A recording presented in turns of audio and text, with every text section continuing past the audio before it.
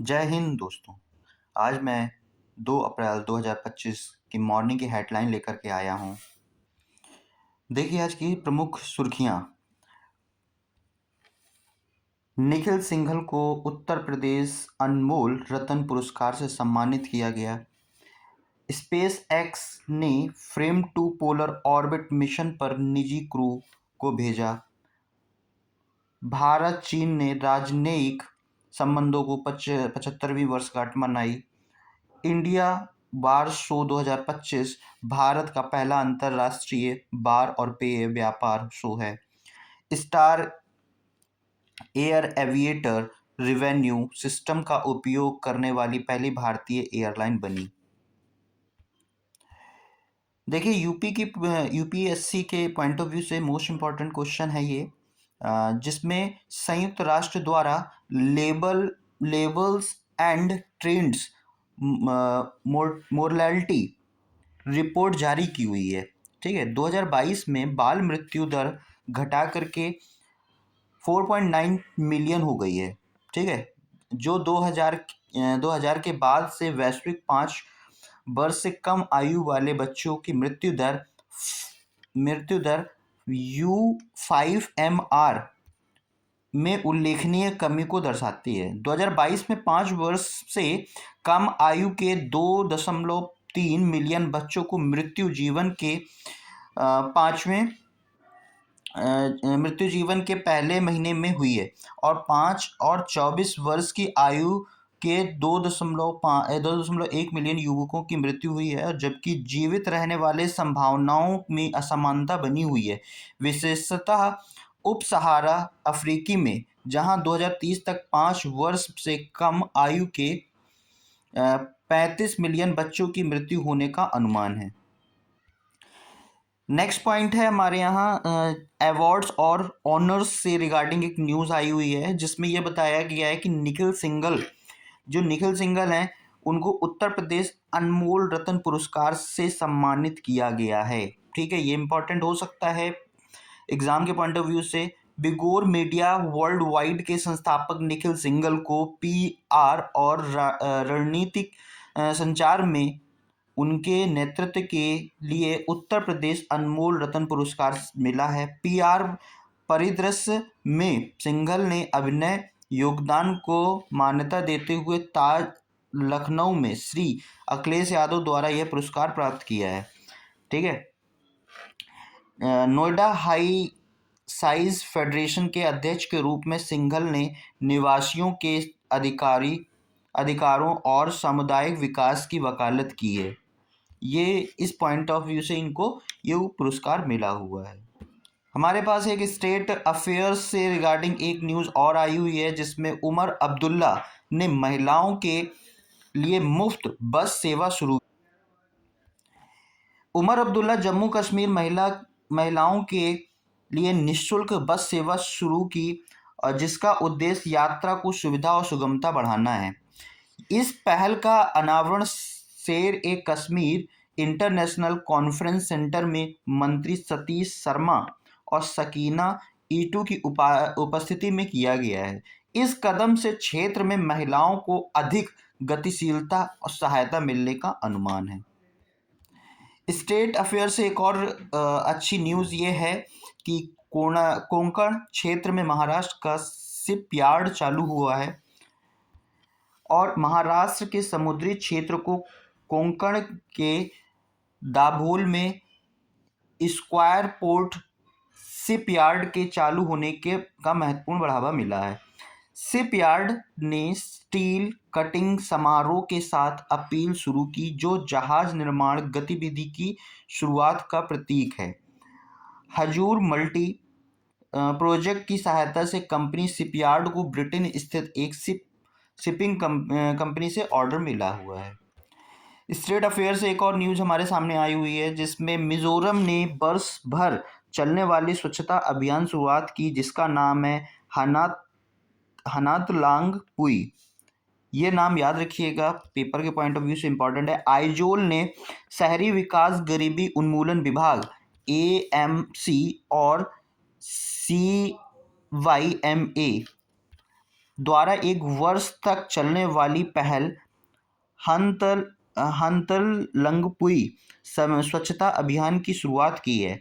मंत्री के संपदांगा ने मिजोरम के सभी क्षेत्रों में स्वच्छता पर सरकार पे फोकस पर जोर दिया है और स्वच्छता अभियान को समर्थन देने के लिए एक निगरानी समिति का बायोमेडिकल अपशिष्ट उपचार सुविधा शुरू की है। साइंस और टेक्नोलॉजी से भी एक हमारे पास में न्यूज़ आई है कि स्पेस एक्स ने फ्रेम 2 पोलर ऑर्बिट मिशन पर निजी चालक दल को भेजा है। स्पेस एक्स ने क्रिप्टो उद्यमी चुंग बांग के नेतृत्व में 4 निजी अंतरिक्ष यात्रियों के साथ फ्रेम 2 मिशन को एक अग्रणी ध्रुवीय कक्षा प्रक्षेप पथ पर लॉन्च किया है। चालक दल ने मानव शरीर पर अंतरिक्ष उड़ान और सूक्ष्म गुरुत्वाकर्षण के प्रभाव को 22 शोध प्रयोग करने के लिए एक मुक्त उड़ान मिशन शुरू किया है। यह मिशन स्पेस एक्स की छठी निजी अंतरिक्ष यात्रा उड़ान जो वैश्विक मानव अंतरिक्ष उड़ान में इसके प्रभुत्व को मजबूत करती है। एक न्यूज़ हमारे पास में इंडेक्स और रिपोर्ट्स के अकॉर्डिंग भी आई हुई है। आइए देखते हैं इसमें क्या चीज़ है कि अध्ययन में चेतावनी दी गई है कि 4 डिग्री सेल्सियस टेम्परेचर वृद्धि से जीडीपी 40% की गिरावट आई है। ठीक है, अब इससे क्या होता है, न्यू साउथ वेल्स विश्वविद्यालय के शोधकर्ताओं द्वारा एक अध्ययन में चेतावनी दी गई 4% वैश्विक तापमान वृद्धि से 2100 तक विश्व जीडीपी में 40% की कमी आ सकती है। शोध में चरम मौसम की घटनाओं के कारण वैश्विक आपूर्ति श्रृंखला व्यवधानों के अनदेखी प्रभाव पर प्रकाश डाला गया है जो अर्थव्यवस्था को बहुत क्षति पहुंचा सकता है। निष्कर्षों से विनाशकारी आर्थिक परिणामों से बचने के लिए तापमान वृद्धि को 1.7 डिग्री सेल्सियस तक सीमित करने की तत्काल आवश्यकता पर जोर दिया गया है। एक बिजनेस और इकोनॉमिक्स से रिगार्डिंग भी एक न्यूज़ आई हुई है। मूडीज़ का अनुमान है, मूडीज़ का अनुमान है, क्या कहा गया है कि भारत 6.5% की वृद्धि के साथ G20 देशों में अग्रणी रहेगा। मूडीज़ ने भारत की 6.5% की वृद्धि का अनुमान लगाया है और उपायों और मौद्रिक सहजता के कारण G20 देशों में सबसे अधिक वृद्धि हुई है। और वैश्विक रिपोर्ट आर्थिक चुनौतियों के बावजूद पूंजी आकर्षित करने में सीमा पार से होने वाली बहिर्वाह को झेलने की भारत की क्षमता का प्रकाश डाला गया। मूडीज ने उभरती अर्थव्यवस्थाओं के लिए विकास में थोड़ी मंदी और भविष्यवाणी की है, लेकिन भारत के लिए मजबूत प्रदर्शन को बरकरार रखा। एक न्यूज़ हमारे पास में नेशनल अफेयर से भी आई हुई है। राज्यसभा के विमान वस्तुओं एवं हितों के संरक्षण विधेयक पारित किया गया है। जी, राज्यसभा के विमान वस्तुओं एवं हितों संरक्षण विधेयक पारित किया गया है। राज्यसभा ने विमान वस्तुओं में हितों का संरक्षण विधेयक 2025 पारित किया है, जिसमें GDCA को विमान पंजीकरण और विपंजीकरण के लिए रजिस्ट्री प्राधिकरण बना दिया गया है।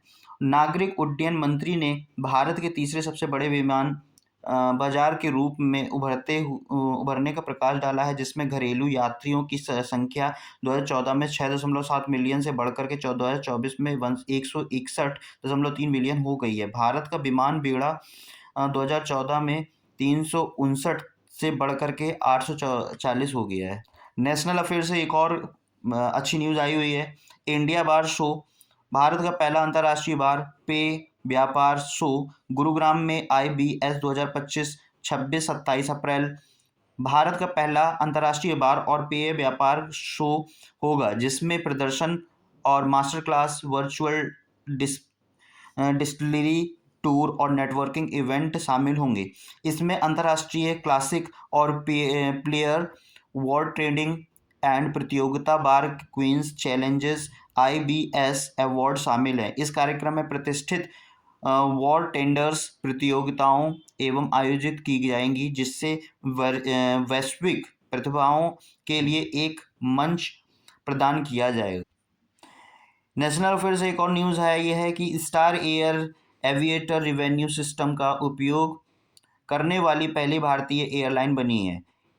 स्टार एयरर यात्री राजस्व को अधिकतम करने के लिए एविएटर रेवेन्यू मैनेजमेंट सिस्टम को अपनाने वाली पहली भारतीय एयरलाइन बन गई है। बेंगलुरु स्थित यह एयरलाइन 9 एम्ब्रियर्स विमानों का संचालन करती है और 2027 तक अपने बेड़े में 25 तक बढ़ाने की योजना रखी है एवं स्टार एयर कम सेवाओं वाले बाजारों में लक्षित करते हुए टियर 2 और टियर 3 शहरों में कनेक्टिविटी बढ़ाने पर ध्यान केंद्रित करती है। स्टेट अफेयर से भी एक न्यूज़ हमारे पास में आई हुई है। गोवा ने ओपनिंग इनोवेशन चैलेंज 2025 शुरू किया है। सूचना प्रौद्योगिकी एवं इलेक्ट्रॉनिक्स और संचार विभाग DITENC द्वारा गोवा एवं ओपन इनोवेशंस चैलेंजेस 2025 GOIC की शुरुआत की गई है, जिसका उद्देश्य पर्यटन, अपशिष्ट प्रबंधन और कृषि क्षेत्रों में चुनौतियों के लिए तकनीकी समाधान एवं विकसित करने के लिए स्टार्टअप एवं छात्रों उद्योगों को प्रोत्साहित करना है। इस पहल का उद्देश्य आत्मनिर्भरता एवं भविष्य के लिए तैयार विकास एवं राष्ट्रीय लक्ष्यों के साथ तालमेल बिठाना है। आइए देखते हैं। ऑनलाइन कक्षा से जुड़ने के लिए आपको इंस्टाग्राम चैनल पे आप कनेक्ट कर सकते हैं। ऑनलाइन कक्षा शुभम सर के नाम से चैनल आपको मिल जाएगा और फेसबुक पेज पे भी आप कनेक्ट हो सकते हैं और टेलीग्राम चैनल से भी आप कनेक्ट होकर के इसकी PDF प्राप्त कर सकते हैं। ठीक है, चैनल को लाइक, सब्सक्राइब, शेयर करें, जैसे आप और भी इसी तरीके की वीडियोस को पा सकें। थैंक यू, धन्यवाद, जय हिंद।